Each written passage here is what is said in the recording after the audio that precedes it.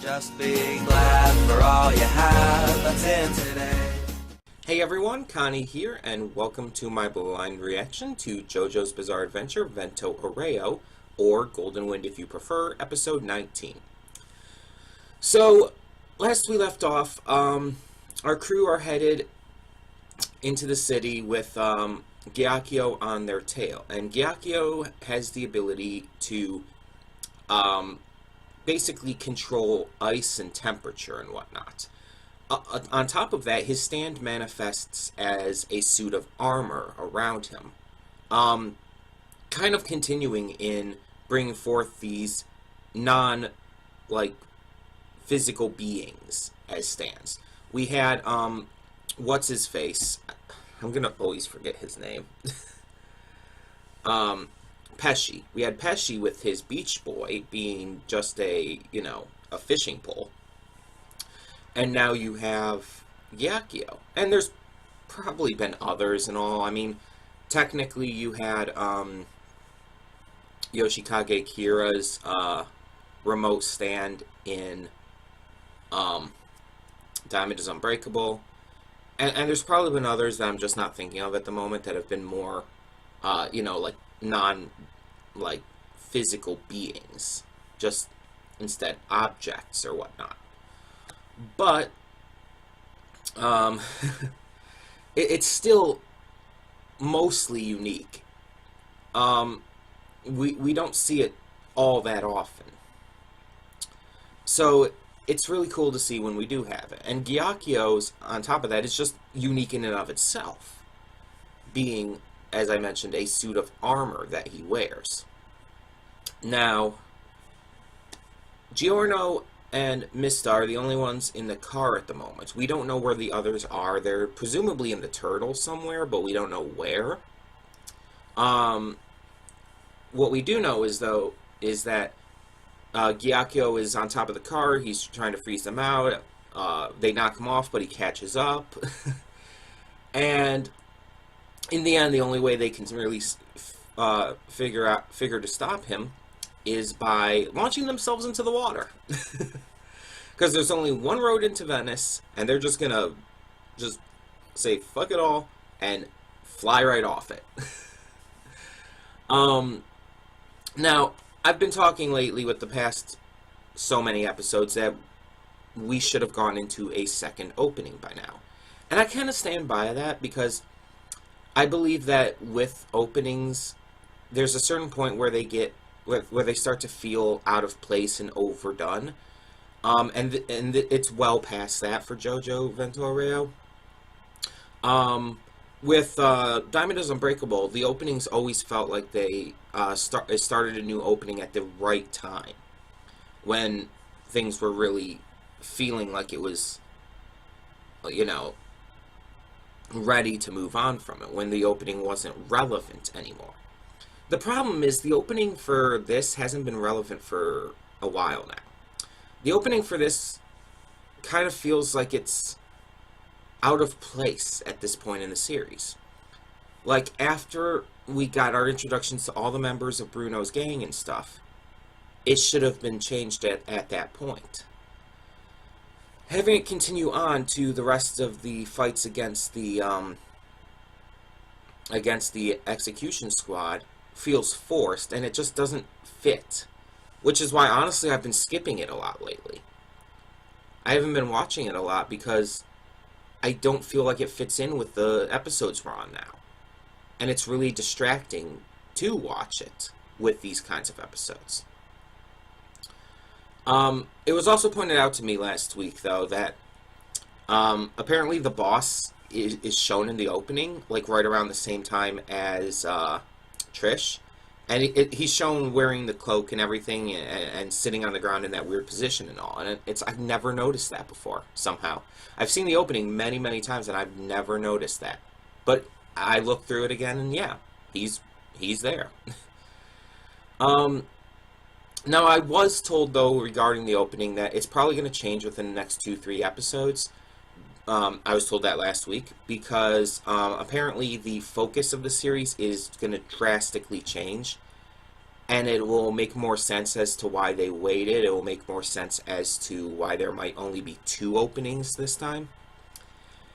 And the thing is, maybe it will. Maybe it will make sense at that point, but we're not at that point yet, so my complaints aren't really, like, invalid. Because as of this point, it really feels just completely out of place to have that opening. It really does not fit anymore. And it's irritating. It's irritating to have to notice that every time. And I've been wanting a new opening because openings are important to a series. An opening is meant to get you hyped for the episode you're about to watch. Its entire purpose is to build up that excitement. When you have an opening that feels out of place and that feels like it doesn't fit, in this way, because sometimes there are openings that feel like they don't fit but are done that way on purpose, and it actually works out really well, like Death Parade's opening, for example. But when you have it like this, to where it really just is really distracting and feels out of place, it overall hurts the enjoyability of the episode, because it sours you before you even watch.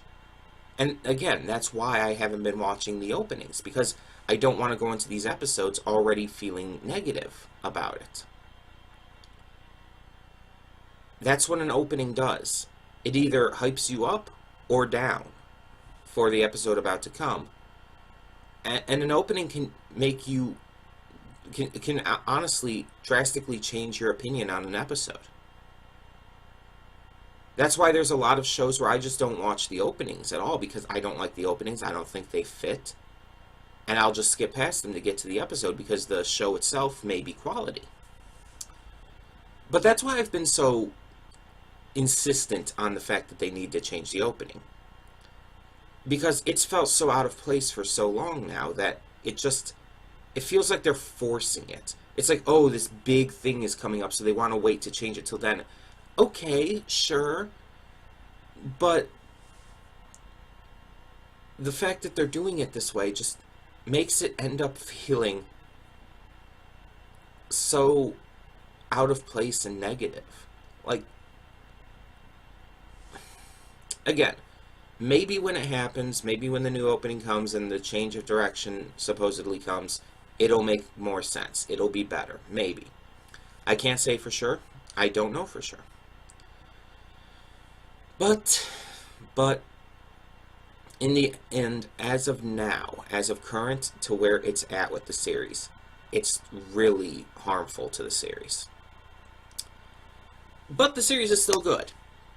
The series has still been good, and I'm honestly glad I've stopped watching the opening in order to enjoy these episodes much more.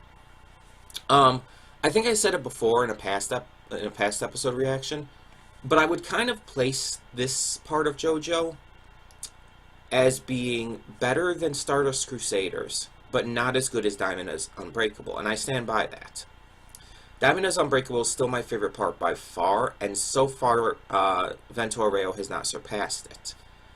It's done a good job, very much so. The characters are good, the plot is interesting, the stands are unique and interesting.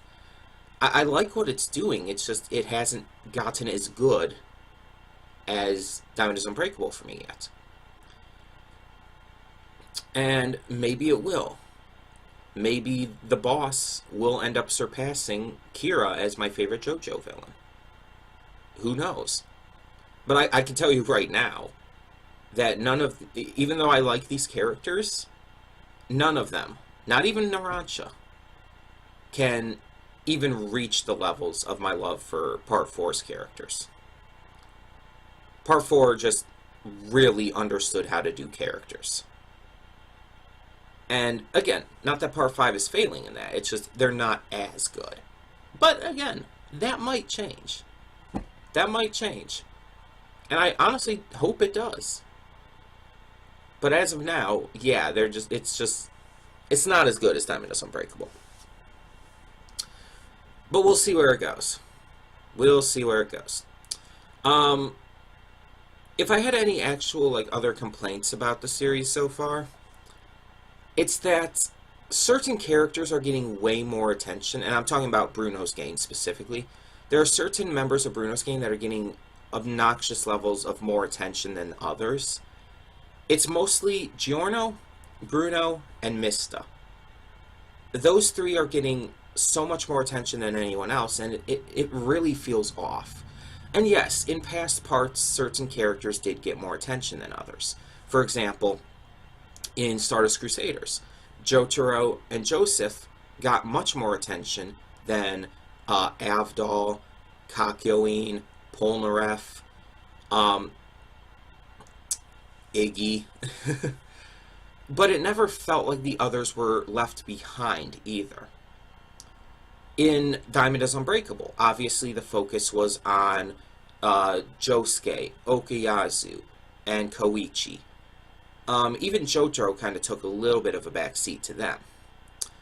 But Jotaro and the others also never felt overshadowed by it. With this, it feels like some of the characters are being overshadowed. Pretty much every other member of Bruno's gang. Trish has gotten a little more focus lately. But even she's not really that high up there. The villains are just kind of like, I wouldn't say forgettable, but they're not really super memorable yet. None of them as the villains themselves. Their stands are great, but the villains themselves aren't like super memorable, unlike in past parts. Except maybe Stardust Crusaders, which they just had so many villains you can't even begin to remember them all. But there were some of them that were very memorable. Like the Darby brothers, for example. But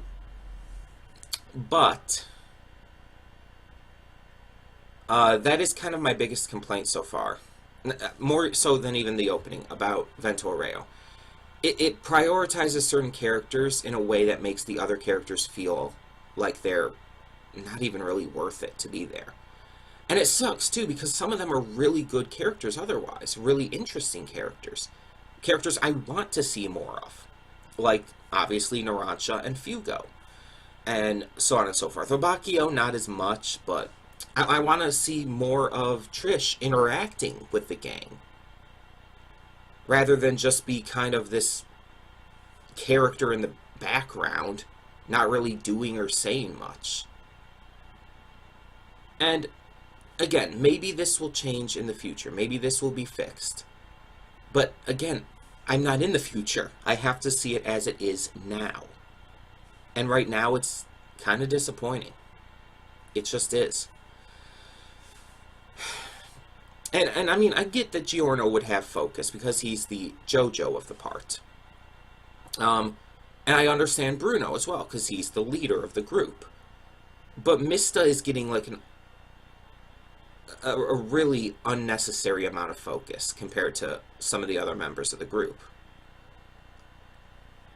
And it's a little jarring, to be completely honest. But either way, I really hope we get to something new soon, both in opening and content, and that we're able to really expand things along. So I assume in this episode we're going to defeat Gyakio and probably start the battle with the leader of the execution squad, whose name I cannot remember right now. The creepy looking dude. We got a glimpse of his power last time, but I couldn't actually tell what was going on. Which, I mean, I think was the point, so I'm fine with that. It's just, yeah, I'm not sure what his actual stand power is, or how his stand manifests itself. So, that's going to be interesting to find out. Now, I assume it's after his defeat that we're going to go on to the next stage of the series, and that's when things are going to change up big time. That would be my assumption, at least. Now, they're going to Venice, and Venice is where they're supposed to be delivering Trish to the boss. So we might be seeing the boss soon. In fact, we kind of got a hint that we might be because we saw the boss kind of in the cloak and everything still, but we might actually be seeing him soon. And I'm interested. I'm very interested to see what the boss is like. So we're going to see how this episode takes out Gyakio, how our heroes manage to defeat him, and just what tends to happen going forward. So, that being said, we're just going to get this going. When the screen fades to black, pause this redirect and go to the description below. Follow the link to the reaction, and after you watch it, come back here to the redirect and resume play. Because after it fades to black, then fades back in, everything from that point forward will be my afterthoughts, and will contain spoilers to the episode. So that being said, thank you so much for tuning in, and I will see you at the reaction. Okay, and we are back, and we'll begin with spoilers in 3, 2, 1, now. Okay, so the fight against Gyakio lasted the entire rest of this episode, so we didn't start to get Risotto's fight yet. That'll, I assume, happen next time. But I kind of mentioned it nearing the end here. I really don't like that Giorno keeps solving everyone else's fights for them. This is like, I think, the second or third time that it's happened, and it's like, again, I get that he's the main JoJo of the part, but we have to let our other heroes solve their own fights. We have to let them be able to handle things. Otherwise, they seem, honestly, kind of weak. It doesn't, like, make the villains look, like, too strong or anything. It makes our heroes look weaker than they should, to be honest. Yes, we know that Giorno is going to be really strong, really determined, have great resolve. We know that. But we can't just have him solving all these problems. We can't just have it all be up to him in the end. In Stardust Crusaders, in Diamond is Unbreakable, the other members of Team JoJo always were able to solve their problems. For example, one of my favorite examples for this would be Koichi in Diamond is Unbreakable, when he had to deal with Yukiko. Yukiko was locking him in the house and everything. She was going complete crazy yandere. And Koichi, he tried to call Josuke and Okuyasu, and he even did, but in the end, he solved the problem on his own. He defeated her on his own using echoes. He didn't have to rely on Josuke. He didn't have to. He solved it himself. And I like that. I like that he was able to do that, because it shows him as a strong character who doesn't need to be rescued, who doesn't need to have our main JoJo finish the battle for him.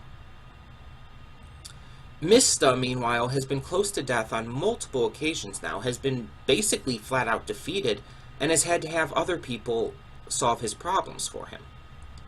And I know that Mista is actually one of the more popular characters from this part. People love Mista. And I mean, I like Mista too, but it's moments like these that really make me question how much I like him. Because he doesn't really seem to solve his own battles for the most part. I mean, he defeated the one guy when they reached the island earlier in the series. He defeated the one guy. I do not remember his name right now. You know who I'm talking about. The guy who used the rocks and could affix things to other things and even the air. He defeated him, but honestly, just barely. And then after that, it's like someone else has had to fight all of his, or finish all of his battles for him. Bruno had to finish his battle on the train against Prosciutto and Pesci. And now we have this and everything. It's like, and if it just feels like, as I said in my pre-thoughts, that other characters are just not getting the attention and focus they deserve because of it. Because Giorno's always having to be the one to finish these battles. Giorno's being given an inordinate amount of attention compared to the rest. And it's like, again, I get it. But In Diamond is Unbreakable, all the characters got good enough attention. None of them felt left out because Josuke was the main JoJo. In Stardust Crusaders, with Jotaro being the main JoJo, none of the other characters felt left out. Kakyoin, Avdol, Iggy, even Iggy, and of course Polnareff. They all felt like really good characters who got their times to shine. But it's like, in this one, that's again my one big complaint, that characters are seemingly being bypassed just to give Giorno this extra attention, just to make him seem even better and stronger. And I can't get behind that, really. It's overall damaging to the series and to the characters in my eyes. I mean, if it wasn't for Giorno, Mista would have died here. Not even a question. If Giorno hadn't been, like, kind of, like, just all in on this, if he hadn't been smart enough and wise enough to know exactly what to do, how to handle this, when to step in, Mista would have died, and Gyakio might have actually escaped. So they had to, because they kind of nerfed Mista in a way, I feel. They purposefully made him weak enough so that Giorno had to be the one to save the day. And then we see that everyone else is in the turtle except for Narancia, who's driving a boat to Venice. And that ending part, admittedly, was kind of funny. Especially, honestly, because it's Narancia. And, I mean, one, he just has some of the greatest reactions from this part already. And beyond that, it's funny because obviously we know what the joke was. And I ship Narancia with Fugo, so I don't know, it just makes it funnier in my eyes. But yeah, all in all, the battle itself was fun. I enjoyed what Mista was trying to do. I just think Mista should have been the one to do it. I just think it was kind of silly that it had to end up being Giorno in the end. But yeah, the fight was good. It was interesting. I like the clever ways that Mista was thinking of doing things, but again, obviously not clever enough, even though they should have been. It's kind of like, in order to nerf Mista, they also had to make Gyakio seem a lot more composed at points.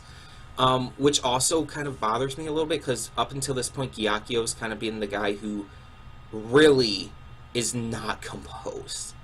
He gets really out of sorts, really angry, really easily. He has an extremely short temper. And I just feel like he was a little too composed in this episode. Like, I feel like, honestly, he should have been throwing a lot more fits, almost constantly, based on what was happening. He should have been a lot more just uncontrollable, and that should have been what led to his downfall in the end. By Mista. But instead, they kind of made Gyakio out to be the super composed, despite everything that was happening, despite all the constant ways Mista was getting the better of him at points. And because they basically kind of changed his character there, they used that to make Mista seem even weaker, and it's just, I don't like that.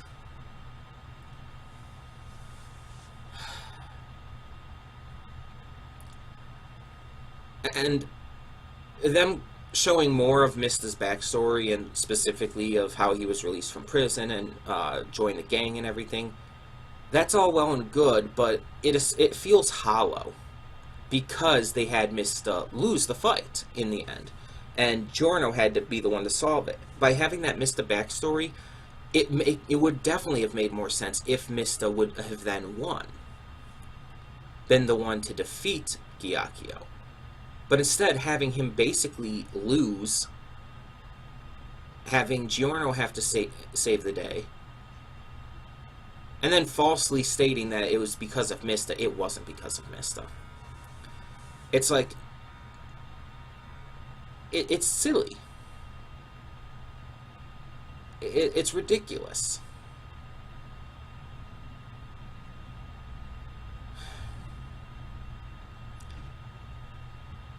And then it's like, then there's that entire thing that Mista's saying about, oh, Giorno's kind of more like the capo than Bruno. And it's like, okay, we get it. You're trying to force him as this big, godly being. We get it. Giorno's awesome and badass, but... And don't get me wrong. Don't get me wrong through all this complaining. I still like the series, and I'm still enjoying what I'm watching. But...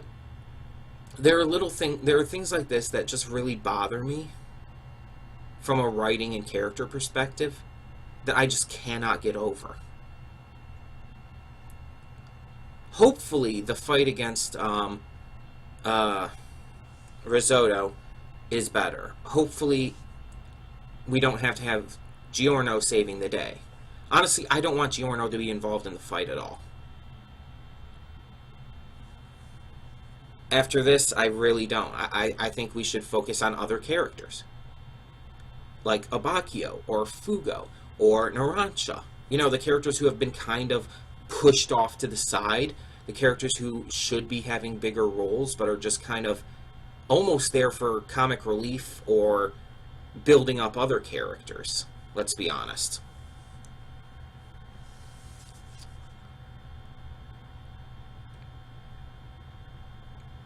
And I mean, I definitely don't want Giorno to have to save the day, especially for Fugo again. He already did that once, completely ruined Fugo's episodes for me. And again, I really am sorry for being this upset about everything right now. Again, I do want to make it clear, I do like the show, I do like the characters, I do like the episodes, I like Giorno. It's just, I want to see the other characters do more. I don't want to see the characters be nerfed for the sake of Giorno looking better. It's not a good thing to do that. I like this series, and I like this specific part of the series, so I want the characters to be able to handle themselves. It's because of my love for JoJo that I'm saying this. And my love for this part so far. But yeah, this definitely is... It's not going to reach the level of Diamond is Unbreakable if it continues like this. It just won't. And again, you guys said that there was this big change in direction for the series coming soon, so hopefully that'll help things maybe. But I guess we'll see.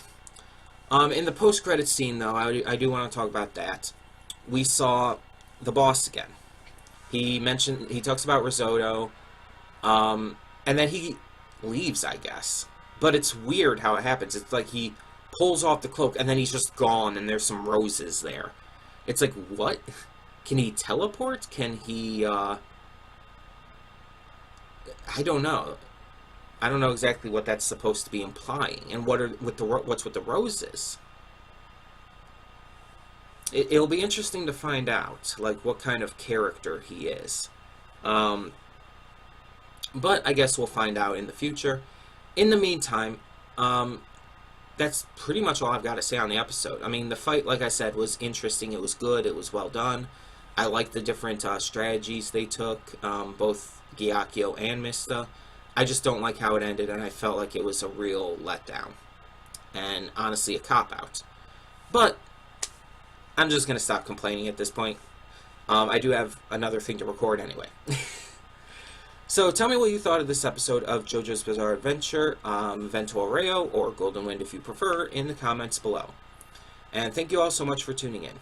For now, I'm Connie, and I'm signing off. See you all next time. And though you've come through many obstacles,